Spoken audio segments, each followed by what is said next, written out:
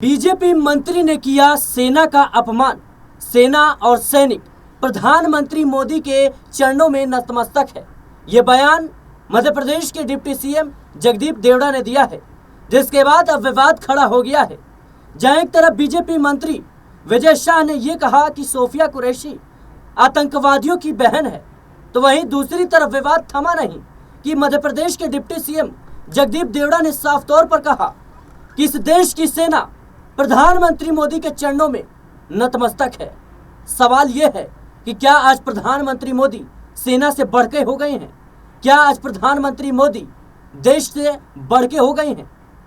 BJP मंत्रियों के ऐसे बयान क्यों आ रहे हैं जो न सिर्फ देश को बल्कि सभी को शर्मसार करने वाले हैं? और ऐसा बयान जो देश में एक नया विवाद खड़ा कर सकता है, जो खुद प्रधानमंत्री मोदी को फंसा सकता है। ऐसा बयान जो प्रधानमंत्री मोदी और जेपी नड्डा या फिर बीजेपी के बड़े नेता भी सुनना पसंद नहीं करेंगे। दर्शकों, आपको बता दें कि ये कोई छोटे मोटे नेता नहीं है। सोफिया कुरैशी पर बयान देने वाले मोहन सरकार में मंत्री हैं, तो वहीं मध्य प्रदेश के डिप्टी सीएम जगदीप देवड़ा ने साफ तौर पर कहा कि इस देश की सेना प्रधानमंत्री मोदी के चरणों में है। आखिर क्यों? क्या नौबत आ चुकी है? मेरे साथ इस मुद्दे पर बातचीत करने के लिए अमन सर मौजूद हैं। सर, इस बयान को लेकर आप क्या कहेंगे?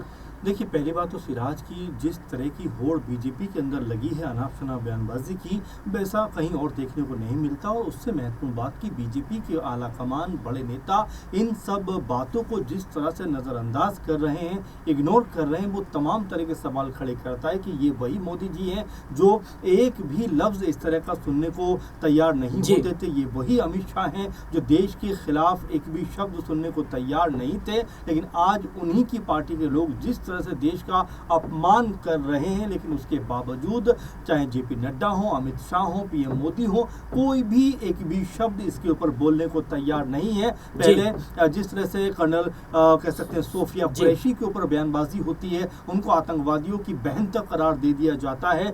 अब उससे भी एक हद से कह सकते हैं कि बात आगे बढ़ती हुई नजर आ रही है। जबकि डिप्टी सीएम है मध्य प्रदेश के जगदीश देवड़ा, क्या कहते हुए नजर आते हैं कि सेना और सैनिक पीएम मोदी के चरणों में नतमस्तक है। जरा सोचिए कि उस सेना के लिए वो किस तरह के शब्दों का प्रयोग कर रहे हैं, जो सेना तटस्थ होकर, मजबूत होकर, बहादुरी के साथ में, चपलता के साथ में अपने देश के लिए अपने प्राणों का बलिदान करने के लिए भी जहां तैयार रहती है, उस सेना को ये बता रहे हैं कि वो पीएम मोदी के चरणों में कहीं ना कहीं नतमस्तक है। देखिए, घोर इसका विरोध होना चाहिए। तुरंत ऐसे नेताओं को पार्टी से बेदखल करना चाहिए, हटा देना चाहिए। और देखिए, डिप्टी सीएम का पद बड़ा महत्वपूर्ण पद माना जाता है आज की राजनीति में। भले ही संवैधानिक तौर पर उसका कोई अस्तित्व ना हो, लेकिन आज के दौर में देखा जाए तो एक मुख्यमंत्री और बीजेपी शासित राज्यों में तो ये अमूमन देखने को मिलना, चाहे राजस्थान हो, मध्य प्रदेश हो, जी जो है जो कह सकते हैं बिहार में भी यही देखने को मिल रहा है, और भी तमाम राज्यों में,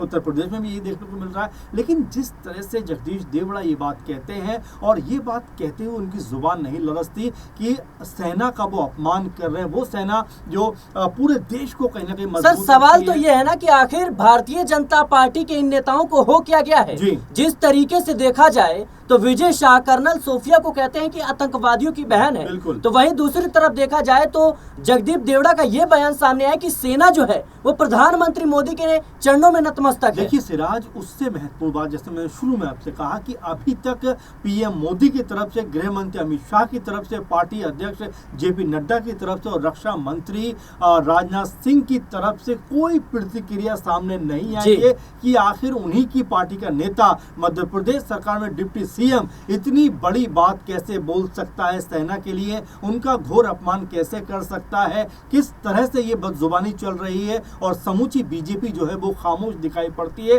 कर्नल सोफिया की बात आप कर रहे थे, देखिए वो बेटी, वो बहन और वो नारी जिसने देश का सम्मान कहने का अंतर्राष्ट्रीय स्तर पर बहुत ज्यादा कह सकते हैं मजबूत किया, जिन्होंने भारत का पक्ष जिस तरीके से दुनिया के सामने रखा, उसने ये बताया कि यहाँ पर कोई भी हिंदू मुस्लिम नहीं है, बल्कि सब भारतीय हिंदुस्तानी है। देश के ऊपर कोई यहाँ चाहेगी तो सब एक दूसरे का हाथ पकड़े यहाँ पर खड़े नजर आएंगे। लेकिन हमारे हमारे ही देश में कुछ नेता जिस तरह की बदजुबानी कर रहे हैं वो ये बताने के लिए काफ़ी है कि यहाँ बीजेपी जो है वो सिर्फ राजनीतिक रोटियां सेकना चाहती है, इसीलिए सैनिकों को और सेना का भी अपमान करने से चूक नहीं रही है। और सेना जो है वो देश की धरोहर होता है, किसी के चरणों में उसको झुकाने की बात कहना सोचिए कितना बड़ा अपमान है। और जिस तरह से बीजेपी के नेता खुलेआम तौर पर इस तरह की बयानबाजी कर रहे हैं, हैरानी होती है कि अब तक पार्टी के अंदर कैसे ये लोग मौजूद हैं। बीजेपी क्यों इनके खिलाफ कोई बड़ा एक्शन नहीं कर पा रही है, क्यों इनके खिलाफ कोई बड़ा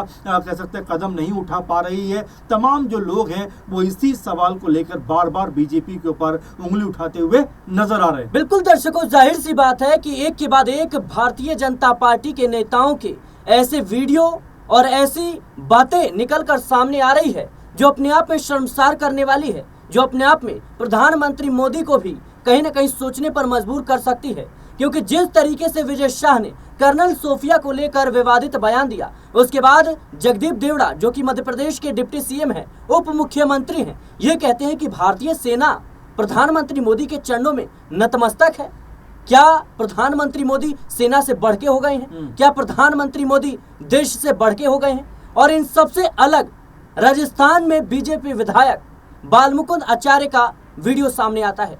तिरंगा यात्रा निकालते हुए नजर आते हैं और तिरंगे से अपना नाक पोंछते हुए नजर आते हैं। बिल्कुल बिल्कुल सिराज, मैं इसमें एक बात कहना चाहूंगा। आपने जो नाक पोंछने की बात की है, यहाँ पर बालमुकुंद क्या कह रहे हैं कि मैं तो तिरंगे को चूम रहा था। जरा सोचिए, कैमरे पे आप पकड़े जाते हैं, कैमरे पे आप सामने हैं, कैमरे पे आप दिख रहे हैं कि कैसे अपना मुंह तिरंगे से पहुंच रहे हैं, नाक तिरंगे से पहुंच रहे हैं। उसके अलावा आप सरेआम झूठ बोलते हैं कि मैं कोई तिरंगे का अपमान नहीं कर रहा था। जरा देखिए, ये स्तर हो गया है राजनीति का कि जहां पर अगर आपसे कोई गलती हो भी जाती है तो आप उसको मानने को भी तैयार नहीं होते। और खासकर जो बीजेपी के नेता हैं, जिस तरह का कारनामा वो कर रहे हैं, लगातार अपना स्तर जो है वो गिराते हुए दिखाई पड़ते हैं। और यहाँ बीजेपी की जो आला कमान है, बड़े नेता हैं, उनको जरूर अपने पार्टी के नेताओं को समझाना चाहिए कि वो सत्ता के मद में इतना मदहोश हो चुके हैं, इतना चूर हो चुके हैं कि अनाप शनाप न सिर्फ बयानबाजी कर रहे हैं बल्कि तिरंगा यात्रा, जो देखिए तिरंगा देश की शान होता है, आन बान शान कहा जाता है,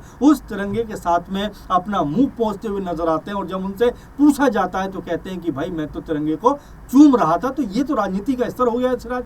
जी बिल्कुल बिल्कुल, जाहिर सी बात है कि जिस तरीके से भारतीय जनता पार्टी में इस वक्त तमाम तरह के विवादित वीडियो, तमाम तरह के विवादित बयान देखने को मिल रहे हैं, इससे साफ जाहिर होता है कि अब पार्टी को जल्द ऐसे नेताओं के खिलाफ सख्त से सख्त कार्रवाई किए कहीं ना कहीं इंतजाम करने चाहिए, नहीं तो पार्टी को ये बड़े पैमाने पर नुकसान पहुंचा सकते हैं। क्योंकि अब कई राज्यों में विधानसभा के चुनाव है और देखिए, चुनाव को अगर साइड भी हटा दे तो देश से बढ़कर कुछ भी नहीं है। प्रधानमंत्री मोदी खुद इस बात को कहते हैं, मंत्री अमित शाह, रक्षा मंत्री राजनाथ सिंह, या कोई भी नहीं चाहेगा कि जो भारतीय सेना है उसको अपने चरणों में कहीं ना कहीं गिराया जाए। इस तरह के बयान ये बेहद शर्मनाक है और कहीं ना कहीं ये प्रधानमंत्री मोदी भी नहीं सुनना चाहेंगे। देखना होगा कि भारतीय जनता पार्टी का इन नेताओं के खिलाफ क्या कुछ एक्शन होता हुआ नजर आएगा। फिलहाल इस मुद्दे को लेकर आपकी क्या राय है, हमें कमेंट बॉक्स में जरूर बताएं। देश और दुनिया की तमाम खबरों के लिए बने रहें नेक्स्ट 9 न्यूज के साथ।